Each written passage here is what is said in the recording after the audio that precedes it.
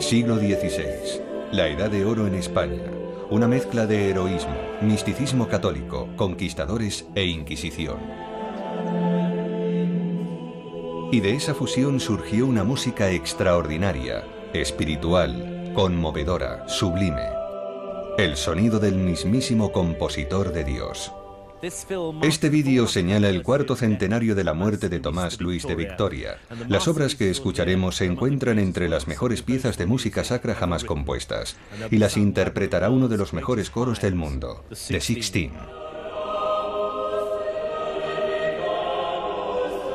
The Sixteen canta bajo la dirección de su fundador, Harry Christophers, en el marco incomparable de la iglesia de San Antonio de los Alemanes de Madrid. Victoria no era tan solo el mejor compositor del Renacimiento español. Para mí es el mejor compositor del Renacimiento. Es sencillamente un genio.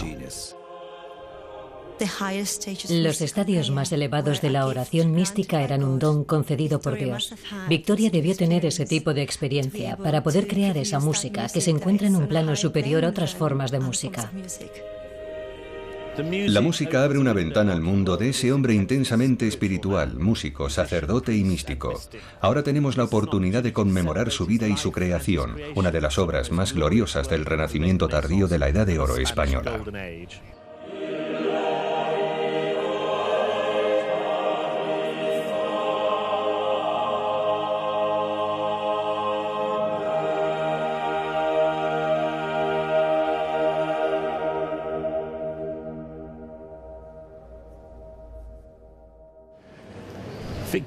Victoria siempre ha formado parte de mi vida musical, pero sigue manteniendo un aura de misterio. Otros compositores como el italiano Palestrina o los ingleses Bird y Tallis han tenido siempre una presencia más notoria. Pero Harry Christophers cree que Victoria es un compositor genial y que sus obras están empezando a gozar del reconocimiento que merecen. Para mí, una de las cosas más increíbles de Victoria es la forma en la que puedes interpretar su música, en la que puedes ser increíblemente audaz con la dinámica. Y a veces, durante las actuaciones, todos nosotros como grupo nos sentimos abrumados por la emoción que nos transmite esta música. En un simple motete puedes crear unos efectos increíbles que consiguen que el espectador se levante de su asiento y no sepa qué es lo que viene a continuación.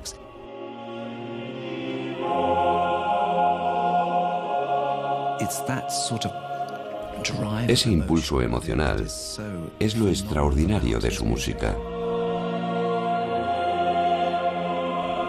The Sixteen está especializado en la música de este periodo. El coro ha viajado hasta España con el fin de interpretar algunas de las mejores obras de Victoria en el interior de esta joya del barroco en el corazón de Madrid. La iglesia de San Antonio de los Alemanes fue construida durante la época de Victoria. En este extraordinario edificio de planta ovalada, todas las superficies están decoradas con pinturas que muestran la vida de San Antonio y de la realeza española. Aquí la acústica es ideal para resaltar la gloria de su música.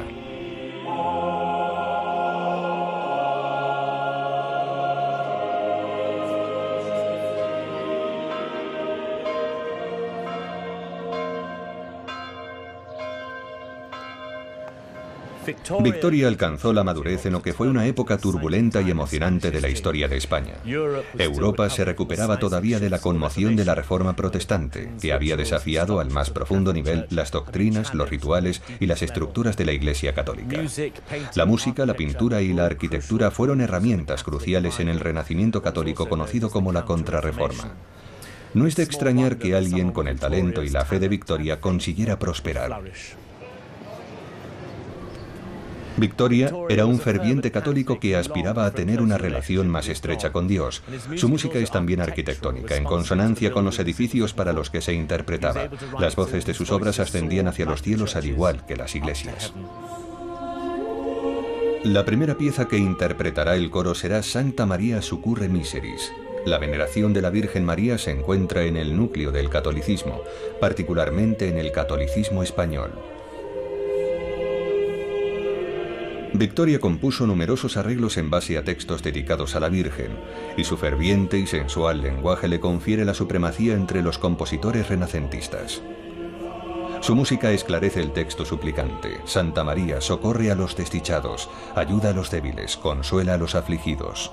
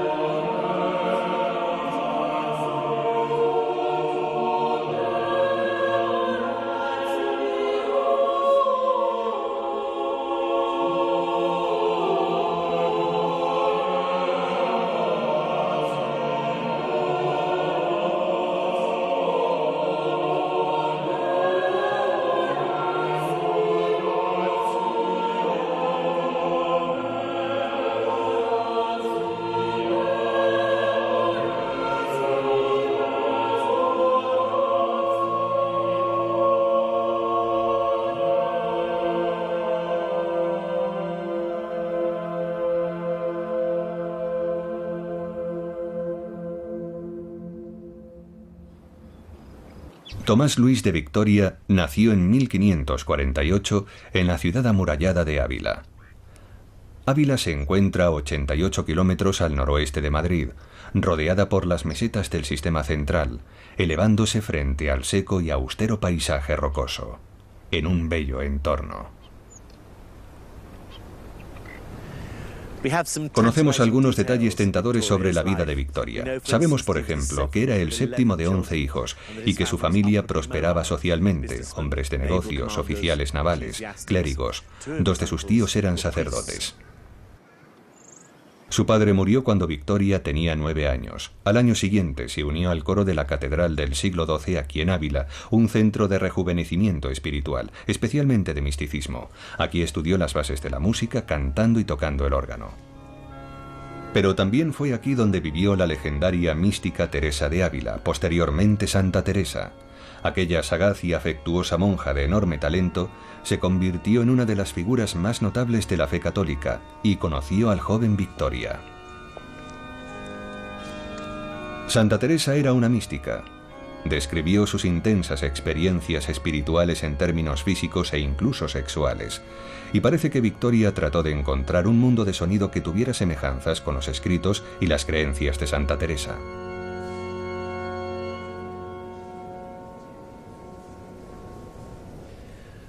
¡Qué maravilla de edificio! Está decorado con enorme riqueza, pero de algún modo, quizá por la calidad de la piedra, transmite la sensación de ser ligero como el aire. Qué alegría haber escuchado al coro cantando desde aquí y distinguir el juego individual de las distintas voces en una obra maestra de la polifonía. Victoria de niño se habría sentado en uno de estos bancos, leyendo la partitura del facistol. De hecho, la catedral todavía conserva bellos manuscritos del siglo XVI que el propio Victoria debió leer.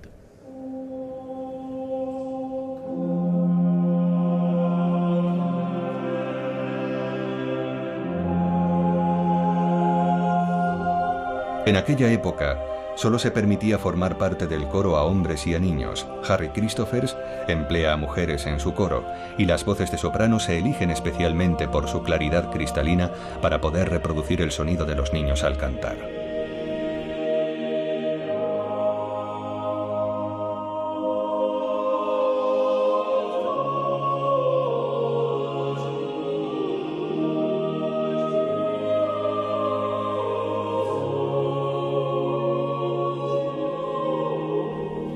Existe un momento decisivo en la carrera y en la vida de todo cantante masculino, y es cuando le cambia la voz.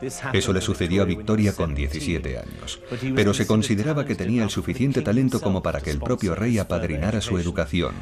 Felipe II desembolsó 45.000 maravedíes, una gran cantidad de dinero, y Victoria abandonó Ávila y viajó a Roma para estudiar con los jesuitas, una orden poderosa y agresiva en el mundo de la educación que se consideraba a sí misma como un ejército en plena batalla para defender las creencias y las prácticas tradicionales católicas.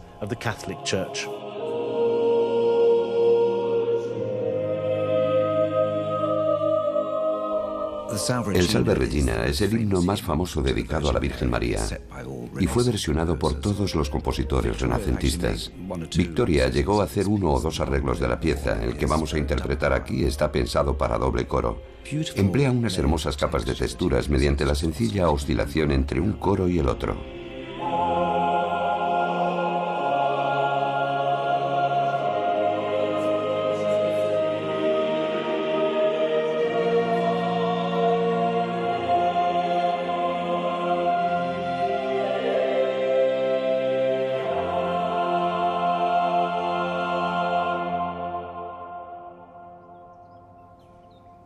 En 1565 Victoria ingresó en el Collegium Germanicum. Era un centro internacional de enorme prestigio, con particular énfasis en el sacerdocio misionero alemán. Lo dirigía un comité de 6 cardenales protectores que decidió que los alumnos debían vestir sotanas rojas, por lo que se los conocía como los gambericotti, las langostas hervidas. Para ingresar en la institución, Victoria obtuvo la recomendación de nada menos que de Teresa de Ávila. La Roma renacentista del siglo XVI era el centro cultural de Europa, una ciudad próspera para los artistas, un lugar donde conseguir una reputación internacional. Todos los compositores de la época viajaban allí, incluido el gran predecesor español de Victoria, Cristóbal de Morales. Y Victoria, casi con toda seguridad, conoció y puede incluso que recibiera lecciones de Palestrina, aclamado como el príncipe de la música, y quizá el compositor más importante del momento. En Roma, Victoria aprende latín, imparte clases y es finalmente nombrado maestro di capella en el Collegium Germanicum, donde estudió. En 1575 se ordena sacerdote, un signo de su devoción por la Iglesia. Y es una vocación verdadera. Nunca compondrá otra cosa que música sacra. Aún así debió echar de menos su hogar. Abandonó su corazón en España, y eso se puede apreciar en su motete de exilio, Super Flumina Babylonis.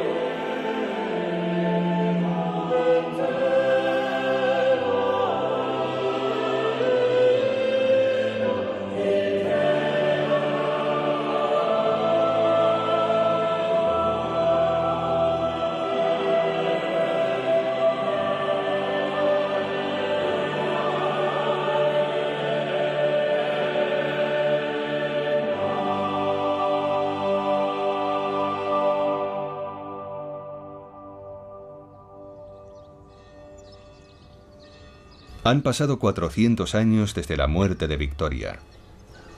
¿Cómo podemos estar seguros de que nuestra ejecución de la obra es la que él pretendía? Afortunadamente existe un nutrido archivo de su música y he venido al monasterio de Santa Ana en Ávila para ver algunas de sus partituras originales. El primer libro que me muestran contiene 4 partes distintas que se podían separar y repartir entre las diferentes voces. Se imprimió en Venecia en 1572, cuando Victoria tenía 26 años de edad. ¿Significa eso que ya era un músico de éxito? Sobre todo lo sorprendente es la madurez que muestra Victoria en estas obras, porque estas mismas obras las va a reeditar posteriormente prácticamente sin ninguna modificación. Eso quiere decir que eran ya obras que estaban perfectamente acabadas, siendo sus primeras publicaciones. ¿Tiene usted alguna muestra de su caligrafía? Lo que sí que tenemos es algunas correcciones, por ejemplo, ¿no? Esto es una edición facsímil, no es un original, pero que se conserva en la Biblioteca Nacional de Roma, de unos salmos editados por él. Sí que lo es, por ejemplo, la cabecera, Tomé Ludovic de Victoria, y hay luego textos. Esto, por ejemplo, sí que es un texto escrito por él. Esta es su grafía. Y estos son instrucciones para la imprenta, ¿no es así? Efectivamente. La música de Victoria se envió a las catedrales europeas y a algunos colegas, Alemania, Austria, Polonia y España. Le pregunté a Alfonso si eso le hizo ganar dinero a Victoria. Hay otros historiadores que han defendido que se hizo efectivamente bastante rico con la venta de sus obras, porque lo envió a muchas catedrales y le pagaron. Hoy eso está puesto en cuestión, porque sabemos que le pagaron a algunas catedrales, pero muy poquitas para toda la edición que hizo. Entonces, probablemente no se hacían ricos con estas ediciones. ¿Para usted es el genio de la música renacentista española? En mi opinión, sí. En mi opinión, Victoria es el gran genio, ¿no?, del Renacimiento. Por un lado, la perfecta adecuación de la música al texto. Y por otro lado, el sentido armónico más moderno. Un sentido armónico moderno. Bueno, Alfonso, muchas gracias. Gracias.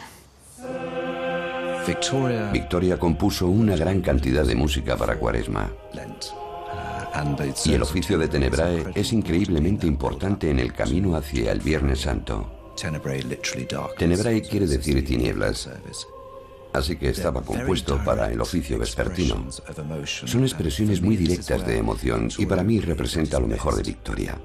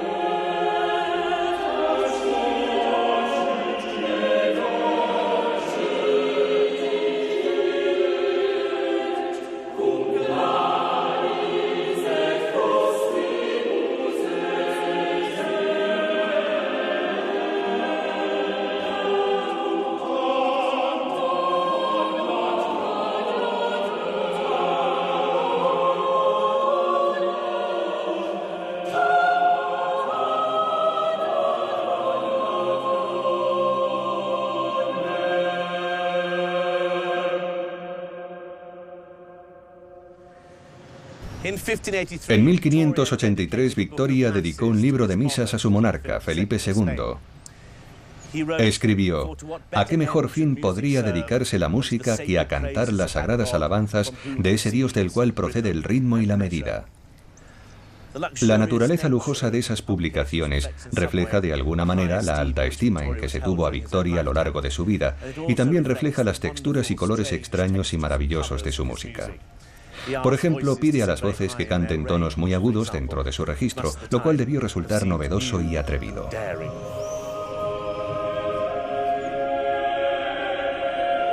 He acudido al Museo del Prado en Madrid para admirar la obra de un contemporáneo de Victoria afincado en Roma. Un pintor de Creta que también empezaba a llamar la atención. Se consideraba a sí mismo un devoto católico y se hizo famoso por su dramática pintura religiosa. Su nombre era Doménicos Theotokopoulos, que posteriormente se haría famoso en España como el Greco, el griego.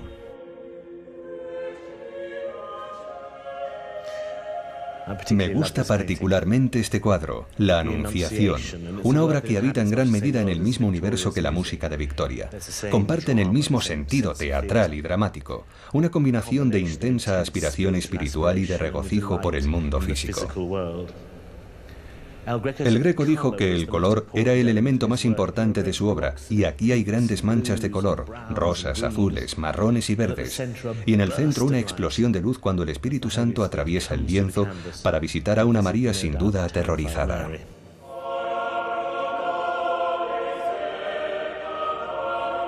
La contemplación de la obra de El Greco causa una respuesta emocional. Sus cuadros me recuerdan que la música de Victoria también se reconocía en su tiempo como colorida, o por usar el término de raíz griega, cromática. Se trataba de una herramienta expresiva porque Victoria no era tan solo un compositor de música pura, era también un pintor de palabras. Victoria empleó a menudo textos de El Cantar de los Cantares, un libro de la Biblia que es un poema de amor sensual. También se usaba como una alegoría de la relación de Cristo con su Iglesia y para muchas de las fiestas relacionadas con María.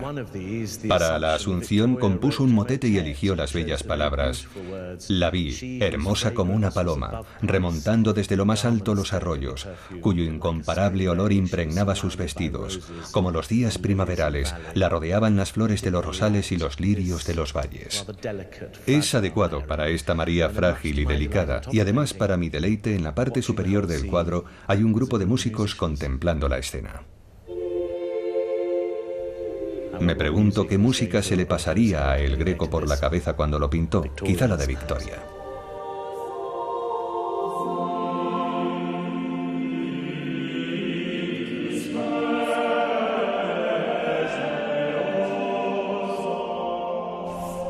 Vidi Speciosam es un motete muy especial. Recordemos que el Cantar de los Cantares es básicamente poesía amorosa pagana, escrita mucho tiempo antes del nacimiento de Cristo. No hay la menor duda de que Victoria disfrutó escribiéndolo. En muchos aspectos es lo más cercano a la ópera que jamás compuso. Son textos muy sensuales.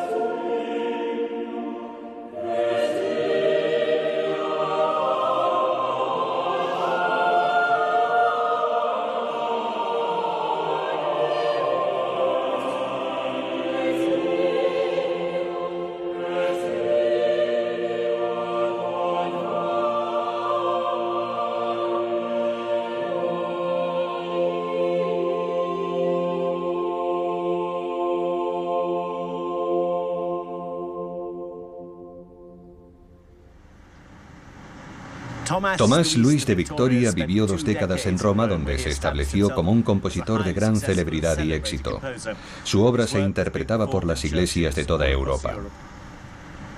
Pero él deseaba que su música llegara más lejos. Supervisó las ediciones de sus partituras que se iban a enviar a México, a Lima, en Perú, y a Bogotá, en Colombia.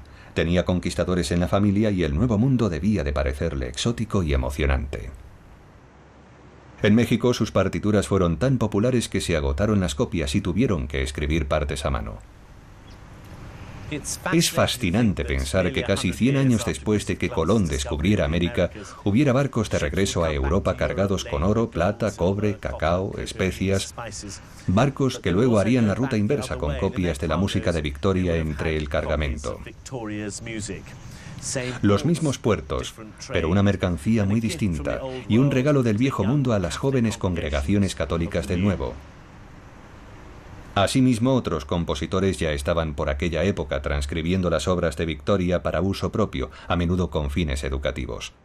Su música se difundió por mansiones y palacios, bien para educar o bien para las oraciones privadas. Una de sus obras más populares, O Quam Gloriosum, fue arreglada por otros para voz y laúd, mostrándonos cómo se interpretaba y enseñaba su música fuera de la iglesia.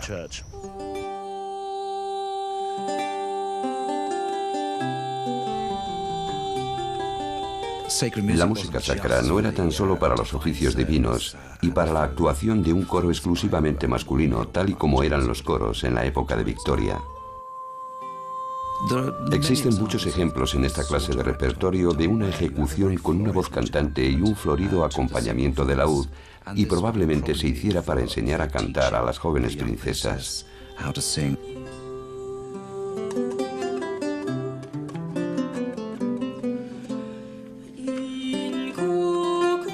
También podría haberse usado en la capilla de cualquier mansión señorial.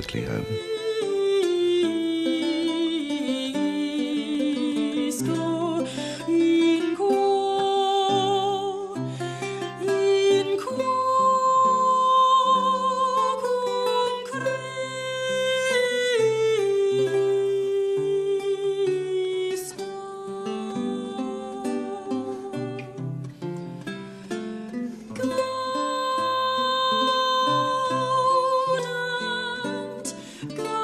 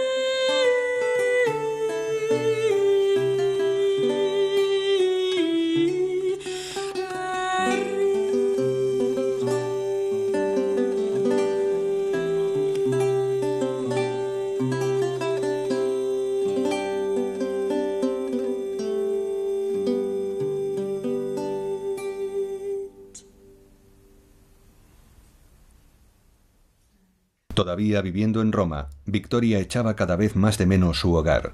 En 1583 le dedicó su Missarum Libri Duo, su libro de misas, a Felipe II, su rey y emperador, y expresó el deseo de regresar a España para dedicar mi tiempo a la contemplación de lo divino, como corresponde a un sacerdote.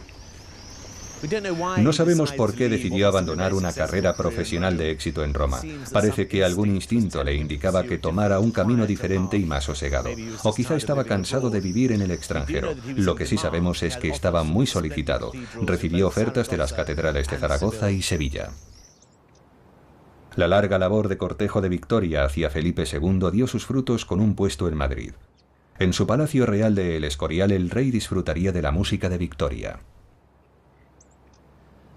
En aquel momento, Felipe II, soberano de vastas extensiones del mundo conocido, estaba preparando su armada invencible para persuadir a los ingleses a que regresaran al redil católico. Su segunda esposa, María Tudor, la reina María de Inglaterra, había muerto 30 años atrás y poco después Felipe había pretendido casarse con su hermana Isabel I, que lo rechazó. Felipe reunió su flota para atacar Inglaterra. Su derrota constituiría un significativo presagio del declive de la Edad de Oro española. El rey estaba aquejado de una terrible gota, lo que implicaba que la mayor parte del tiempo se encontraba recluido en sus habitaciones, pero en tanto que católico convencido, tenía la determinación de seguir asistiendo a misa desde aquí, su pequeña cama perdida en un rincón de El Escorial. Si abro esta pequeña puerta que hay en su dormitorio, lo que vemos es el altar de la basílica, su propia capilla privada. Así podía ver a los sacerdotes oficiar misa sin que la congregación notase su presencia. Por supuesto, debía de haber escuchado la música y espero que encontrara algo de consuelo en ella. De hecho, creemos que Felipe murió en este mismo dormitorio escuchando el sonido del coro al amanecer.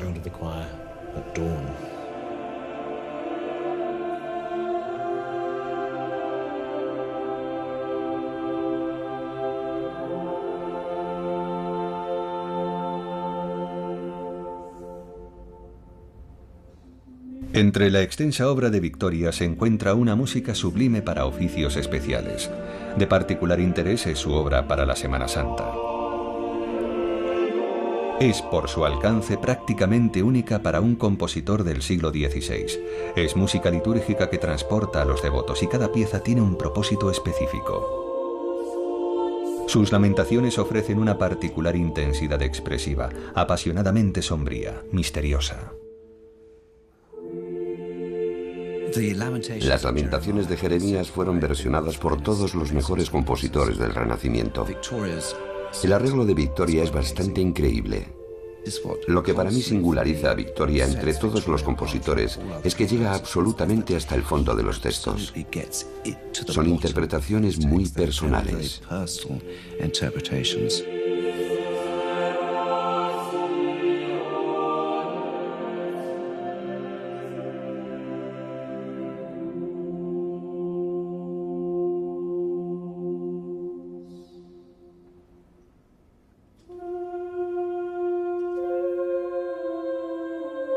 Son arreglos muy sostenidos. Son increíblemente difíciles de cantar porque se necesita un control absoluto. Cuando los cantas, tienes que tener la impresión de estar de rodillas y debes sentirte incómodo.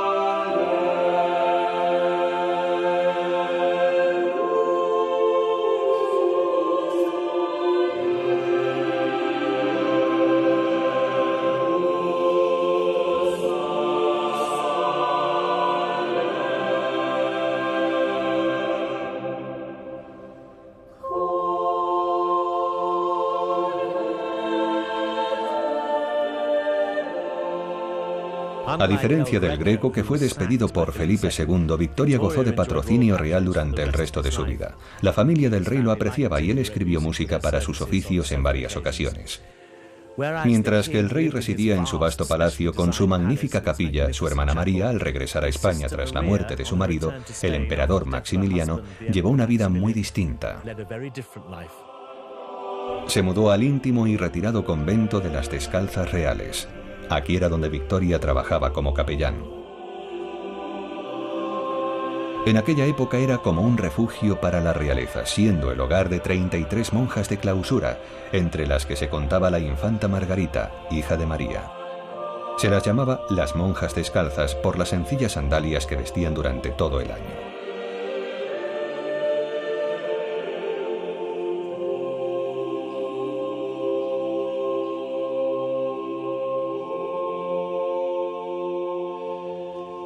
Aquí es donde Victoria trabajó felizmente durante un cuarto de siglo. Aquí tocó el órgano, impartió lecciones de canto, ofició como sacerdote y se entregó a la oración.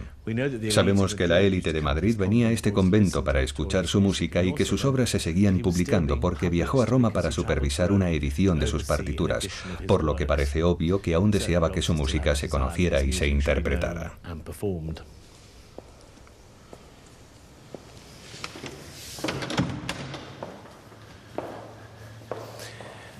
Aquí los sacerdotes debían de haber sido consumados cantores de canto llano y polifonía, de manera que Victoria se encontraba en su elemento. Según las crónicas, era un hombre jovial y amistoso. No consideraba su fe como un medio para aislarse del mundo. Pasó a formar parte de la comunidad, tocando el órgano, yendo a misa y componiendo música. Su mecenas, la emperatriz María, valoraba la obra de Victoria hasta tal punto que cuando murió no solo lo nombró capellán vitalicio del monasterio, lo cual aseguraba su futuro, sino que también eligió que la enterrasen en este sepulcro de mármol aquí en la sala de ensayo del coro, en vez de junto a su hermano en el Escorial. Victoria respondió componiendo la que podría decirse que es su mejor obra, un requiem no solo dedicado a su benefactora, sino a una época, representativa quizá de la moribunda Edad de Oro española. Esta misa de requiem de 1605 es la última obra de Victoria, una magnífica declaración de una espiritualidad solemne y reverente.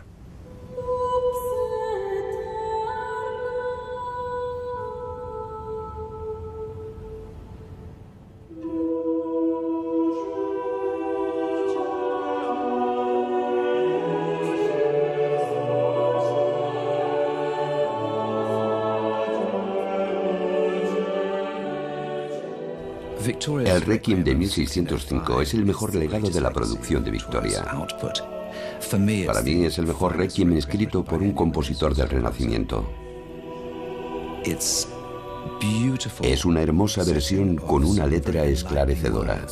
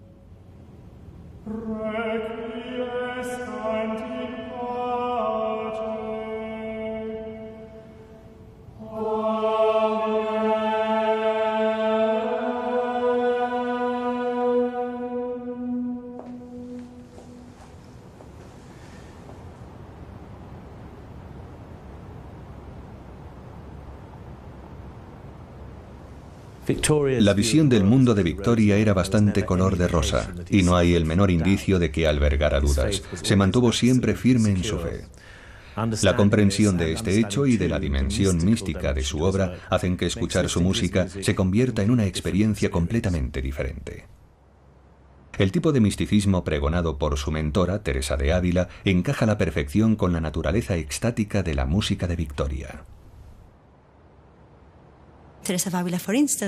Teresa de Ávila, por ejemplo, recomendó a sus monjas que podían dejarse llevar por sus estados de humor. Si se sentían tristes o presas de la ansiedad, podían elegir escenas de la pasión. Podían visualizar escenas de la pasión como si estuvieran allí, usando la imaginación para visualizar pequeños detalles, tales como las lágrimas y el sudor por la ansiedad que experimentó Cristo. Y Victoria debió tener ese tipo de experiencia.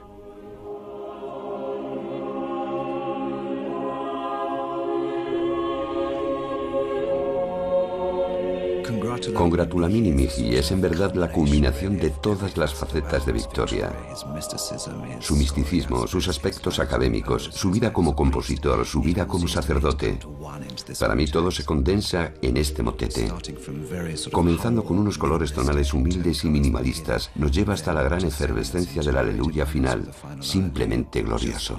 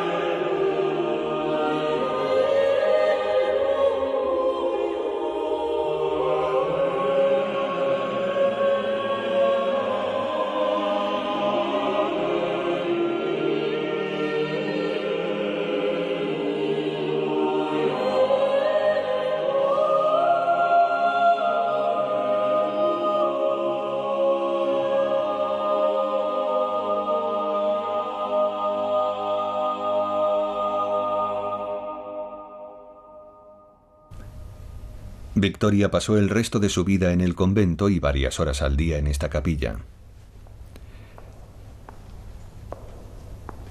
Le encantaba tocar el órgano y cuando murió en 1611, a los 63 años, le legó a su asistente este instrumento que tenemos aquí. Debía de costar una cantidad considerable de dinero, pero lo pagó de su bolsillo. Se me permitió sentarme en la tribuna del órgano, pero no me dejaron tocarlo. El gran requiem que Victoria compuso de forma bastante conmovedora para su mecenas la emperatriz se usó para su propio funeral. A pesar de que la Edad de Oro en España estaba en declive, la música de Victoria ha pervivido y, tal y como él hubiera deseado, se sigue interpretando en catedrales e iglesias del mundo entero. Mi breve visita a España me ha permitido bosquejar un retrato del hombre, Tomás Luis de Victoria, y decididamente me ha ayudado a clarificar su lugar en la larga y azarosa historia del catolicismo en este país. Estoy fascinado por un hombre que puede dedicar la totalidad de su vida y de su obra creativa a su fe y hacerlo con tanta alegría. Era obviamente un hombre con una energía inagotable, y esto le dio fuerzas para trazar su vida espiritual con enorme honestidad y poder. Qué gran legado de música sacra nos dejó para disfrutar.